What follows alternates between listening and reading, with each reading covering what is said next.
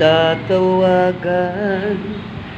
Sa ruko'y apawan ng kailanman hindi mabibigo.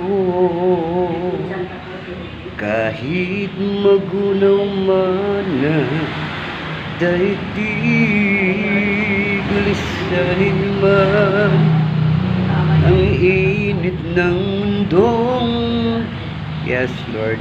Thank you, Lord, sa umaga. At thankful tayo sa lahat ng bagay sa kabila ng ating mga kasalanan. Andiyan pa rin si Lord. Hanggang patawarin tayo. Araw-araw, taguman o lantad, aagawa din ng kasalanan. Thank you, Lord, sa mga biyayang at yes, Lord. Just take it.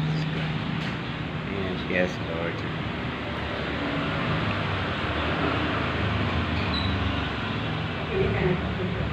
Ayan, nagkape na.